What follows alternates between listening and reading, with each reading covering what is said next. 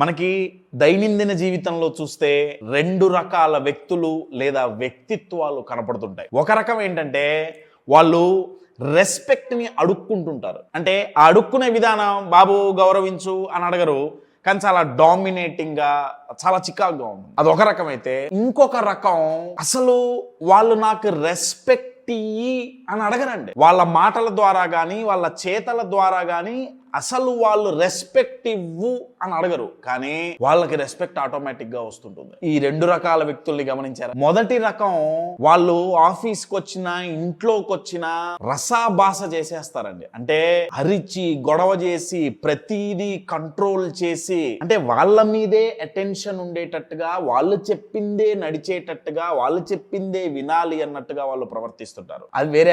రెండో రకం వాళ్ళు ఎంటర్ అయినట్టు కూడా తెలీదు, అంత సైలెంట్ గా వస్తారు, కానీ చుట్టుపక్కల వాళ్ళు వాళ్ళని గౌరవిస్తారు, వాళ్ళని చాలా ప్రేమ ఆప్యాయతతో వాళ్ళని చూస్తారు. రెండు రకాల వ్యక్తులు, వ్యక్తిత్వాలు మీకు ఇంట్లోనూ కనపడుతుంటాయి, ఆఫీస్లోనూ కనపడుతుంటాయి, బయట కూడా కనపడుతుంటాయి. అయితే ఇదంతా చెప్పడానికి కారణం ఏంటంటే ప్రతి ఒక్కళ్ళకి గౌరవం కావాలి. నలుగురు నన్ను గౌరవించాలి అనుకోవటం ఎప్పుడూ తప్పు కాదు, కానీ అది ఎలా సంపాదించుకుంటున్నాం అనేదే ముఖ్యం. యూజువల్గా ఈగో అనగానే చాలా నెగిటివ్ మీనింగ్ వస్తుంది. అఫ్ కోర్స్ నెగిటివ్, అదేం పాజిటివ్ ఏం కాదు.